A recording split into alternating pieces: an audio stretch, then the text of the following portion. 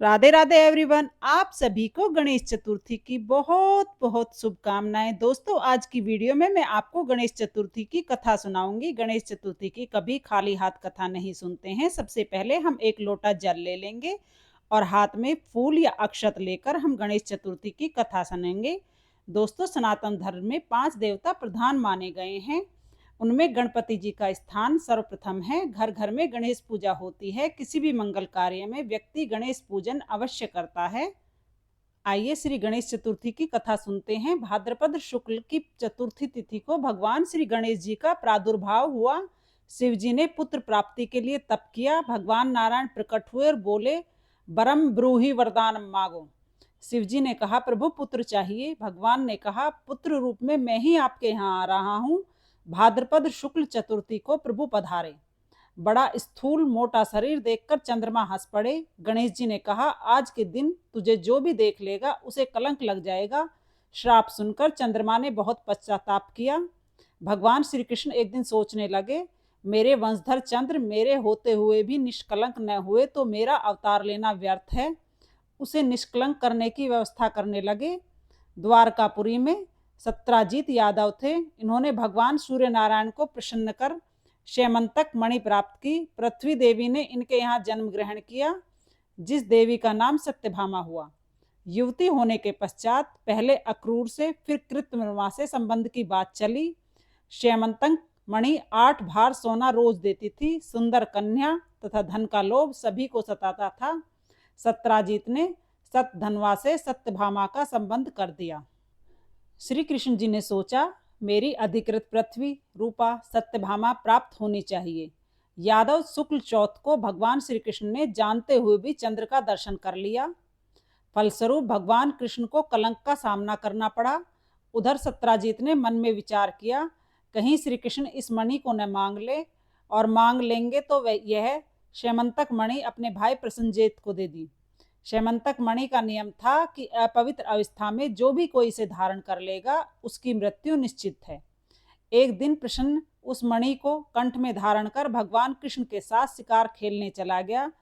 प्रसेन ने घोड़े से बैठते ही अशुद्ध हो गया था। शिकार खेलते समय एक सिंह ने प्रसेन को मारकर मणि छीन ली। वह सिंह भी अशुद्ध था, इसलिए उसे जामवान से मारकर वह मणि छीन ली और गुहा में लेकर अपनी पुत्री जामवती को दे दी। श्री कृष्ण को इस बात का जरा भी भान नहीं था। श्री कृष्ण अपने अनुयायियों के साथ द्वारका लौट आए।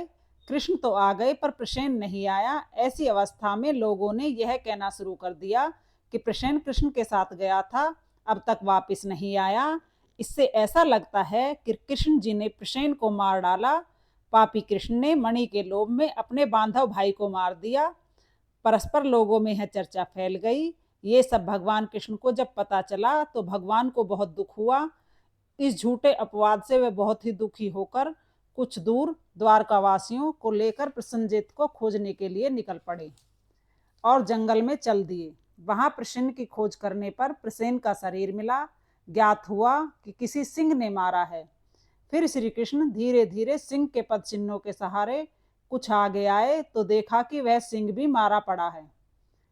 अतः उस ऋषराज की खोज करते करते एक भयंकर अंधकार युक्त 400 कोस लंबी गुफा देखी। अपने साथियों को वही रोककर अपने तेज से उस गुफा के अंधकार को दूर करते हुए उसके भीतर घुस गए। गुफा के अंदर भगवान जी ने मणि के साथ खेलते हुए कन्या को देखा। वह कन्या रूप लावण्य से संपन्न थी। वो झूला को हिलाते हुए इस गीत को गा रही थी कि सिंह ने प्रसेन को मारा, उस सिंह को जामवंत ने मार दिया। ए सुकुमारक, तू क्यों रो रहा है? यह श्यामंतक मणि तेरी ही है। जामवती ने काम ज्वर से पीड़ित हुई प्रेम पूर्वक बोली, हे सुंदर, आप यहाँ से जाओ। इस रत्न को लेकर शीघ्र यहाँ से भाग जाओ। हे सुंदर, जब तक मेरा पिता सो रहा है तभी तक तुम्हारा जीवन सुरक्षित है। तुम्हारे को यदि मणि की इच्छा है तो इसे लेकर जैसे आए हो वैसे ही प्राण बचाने के लिए भागो, ठहरो मत। जामवती के ये वचनों को सुनकर अपना 5 जन्य शंख बजा दिया।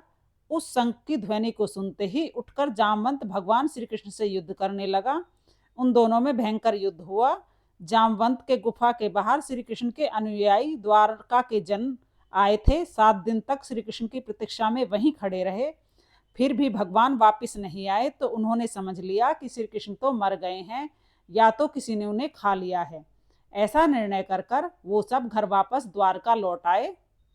द्वारिका में जाकर मृत समझकर पारलौकिक क्रिया की गई। इधर श्री कृष्ण चंद्र 21 दिन तक बाहु प्रहार करते हुए युद्ध में जामवंत को अधमरा कर दिया।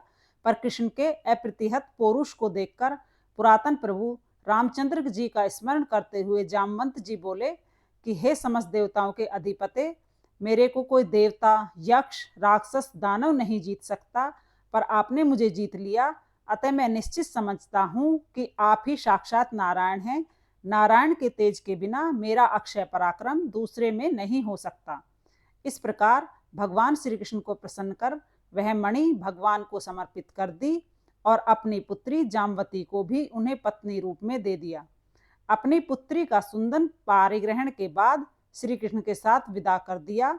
उन दोनों को लेकर श्री कृष्ण द्वारका आकर सारा वृतांत द्वारका वासियों के सम्मुख सुनाया और राजा अग्रसेन की सभा में स्वयं उपस्थित होकर शैमंतक मणि सत्राजीत को दे दी। भगवान को शैमंतक हरण का जो मिथ्या दोष लगा वह इस प्रकार से ऐसा करने से दूर हुआ। सत्राजीत ने भगवान को झूठा कलंक लगाया था। ऐसा साबित होने पर वह भयभीत हो गया और उसने अपनी कन्या का विवाह श्री कृष्ण जी के साथ कर दिया। सतधनवा, अक्रूर और जो भी दुष्ट हृदय के यादव थे मणि लेने के लिए सत्राजीत से वैर रखने लगे। श्री कृष्ण हस्तिनापुर चले गए। यहाँ मौका पाते ही इन लोगों ने सत्राजीत को मारकर मणि छीन ली। सत्यभामा ने अपने पिता के मरने का वृतांत श्री कृष्ण के सामने कहा। कपटियों के नायक भगवान लीला पुरुषोत्तम श्री कृष्णचंद्र अपने ससुर के वध की बात सुनकर बाहर से नाराज और अंदर से प्रसन्न हुए कि इसने मुझे झूठा कलंक लगाकर मुझे दुखी किया था, ऐसे पापी को आप ही दंड मिल गया। सत्यभामा को दिखाने के लिए वे बहुत नाराज हुए। फिर श्री बलदाऊ के सामने जाकर श्री कृष्ण ने सतधनवा सत्राजीत को मारकर मणि को लेकर जा रहा था। हम सतधनवा को मारकर मणि ले लेंगे और उससे राष्ट्र का कल्याण होगा। इधर सतधनवा भय के मारे अक्रूर को अपने पास बुला शैमंतक मणि उसे दे दी और स्वयं घोड़ी पर बैठकर दक्षिण दिशा की ओर भागा। बलदाऊ के साथ श्री कृष्ण रथ में बैठकर सतधनवा के पीछे पीछे दौड़े। सतधनवा की घोड़ी 400 कोस तक ही दौड़ सकती थी। विशेष दौड़ने की सामर्थ्य उस घोड़ी में नहीं थी। उस घोड़ी ने 400 कोस के बाद अपने प्राण छोड़ दिए। सतधनवा अपने प्राणों को बचाने के लिए पैदल ही भागा तो भगवान ने भी पैदल होकर अपने सुदर्शन चक्र से उसके सिर को काट दिया। बलदाऊ जी रथ में ही बैठे रहे। भगवान ने सतधनवा के पास मणि की खोज की, परंतु मणि प्राप्त नहीं हुई। बलदाऊ जी के समीप आकर श्री कृष्ण जी ने कहा, मणि खोजने पर भी मणि नहीं मिली। बलदाऊ जी नाराज होकर कहने लगे, हे कृष्ण, तुम सचमुच सदा से ही कपटी हो, लोभी हो एवं पाप कर्मकारी हो। धन के लिए अपने बांधव को भी मारने से नहीं चूके। इसीलिए कौन ऐसा बांधव होगा जो आपके विश्वास में सुखी रहना चाहे और आपका आश्रय ले। श्री कृष्ण ने अपने इस लांछन आरोप को सुनकर बलदाऊ को अनेक शपथ खाकर प्रसन्न किया। बलदाऊ जी ने विचार किया, कैसी दुख की वार्ता है कि धन के लोभ से अपने बांधव को भी मार डालते हैं। संसार बहुत बुरा है। बलदाऊ जी तीर्थ यात्रा में चले गए। श्री कृष्ण रथ में बैठकर द्वारका लौट आए। द्वारका निवासियों ने श्री कृष्ण को वापस आए देखकर श्री कृष्ण की निंदा करने लगे और बोलने लगे, ये कृष्ण भला मनुष्य नहीं है। रत्न के लोभ में अपने भाई को भी द्वारका से निकाल दिया। जगत पिता श्री कृष्ण मिथ्या कलंक से चिंतातुर हो गए। अक्रूर जी द्वारका में रहना उचित नहीं समझा। उन्होंने तीर्थ यात्रा के बहाने काशी में परमात्मा की तृप्ति के लिए यज्ञ करने लगे। शैमंतक मणि के प्रभाव से स्वर्ण के अनानास मिलने से काशी में सुंदर बहुत से मंदिरों का निर्माण करवाया। स्वर्ण दान कर दीन जन एवं ब्राह्मणों को संतुष्ट किया। इधर भगवान बहुत दुखी होकर रहने लगे। उसी समय नारद जी का आगमन हुआ। भगवान ने आतिथ्य सत्कार किया और आसन प्रदान किया। उसके पश्चात नारद जी ने कहा, हे देव, आप इतने दुखी क्यों हैं? आपके शोक का क्या कारण है? सुनकर भगवान श्री कृष्ण ने सारा वृतांत कह सुनाया। नारद जी बोले, हे देव, जिस कारण आपको लांछन लगा है उसे मैं जानता हूँ। आपने भाद्रपद शुक्ला चतुर्थी का दर्शन कर लिया था, इसी कारण आपको झूठा कलंक लगा है। ऐसा सुनकर भगवान श्री कृष्ण जी कहने लगे, हे नारद जी, चौथ के चंद्र दर्शन से क्या दोष होता है? यह मुझे शीघ्र सुना दीजिए। नारद जी ने कहा, अपनी सुंदरता पर अभिमान करने वाले चांद जी को गणेश जी ने श्राप दिया था कि आज यानी कि चौथ का चंद्र दर्शन जो भी देखेगा उसे मिथ्या कलंक लगेगा। चंद्रमा तथा देवताओं की प्रार्थना सुनकर श्री कृष्ण ने चंद्रमा को श्राप मुक्त किया। पुनः गणेश जी ने कहा, जो लोग भाद्रपद शुक्ला चतुर्थी को चंद्र दर्शन करेगा वह वर्ष पर्यंत अवश्य ही अपयश का भागी बनेगा, किंतु जो द्वितीया दूज के चंद्र का दर्शन कर चौथ के चांद का दर्शन करता है उसे मिथ्या चंद्र दर्शन का दोष नहीं लगता है। पूजन विधि पूछने पर गणेश जी ने कहा, जो व्यक्ति भाद्रपद शुक्ल चतुर्थी को मेरी स्वर्ण की प्रतिमा या मिट्टी की प्रतिमा लेकर विद्वान ब्राह्मणों द्वारा या स्वयं पूजन एवं कथा आदि करवाएगा, मोदक लड्डुओं का भोग लगाए और दुर्वा चढ़ाए, इससे मैं संतुष्ट होता हूँ और प्रसन्न होता हूँ। जो भाद्रपद शुक्ल पक्ष की चतुर्थी का व्रत करता है और पूजन करता है, हे चंद्र, उसकी सदा ही जय होती है। उसको मैं धन धान्य और संपत्ति प्रदान करता हूँ और पुत्र सुख भी बढ़ाता हूँ। इस प्रकार पूजन विधि बताकर गणपति जी अंतर ध्यान हो गए। नारद जी ने कहा, हे कृष्ण, तुम भी गणपति जी का व्रत करो एवं पूजन करो, इससे भी तुम्हारी सिद्धि होगी। भगवान श्री कृष्ण ने व्रत एवं पूजन कर मिथ्या कलंक से निवृत्त हुए। नारद जी ने कहा, हे कृष्ण, जो लोग तुम्हारे इस हिस्सेमंतक आख्यान को सुनेंगे उन लोगों को भाद्र शुक्ला चतुर्थी के दर्शन जन्म दोष स्पर्श नहीं करेगा। जब भी किसी के जीवन में मिथ्या कलंक लगे तो इस वृतांत आख्यान को सुने तो मिथ्या कलंक से मुक्ति प्राप्त होगी। इस व्रत को करने से और इस कथा को सुनने से मन चाहे सब कार्य सिद्ध होते हैं। विघ्नराज गणेश जी के प्रसन्न होने पर कुछ भी कठिन नहीं है, किसी भी कार्य में विघ्न उपस्थित नहीं होता है। इसी पर्व को गणपति बप्पा मोरिया के नाम से जानते हैं। जय गणपति देव।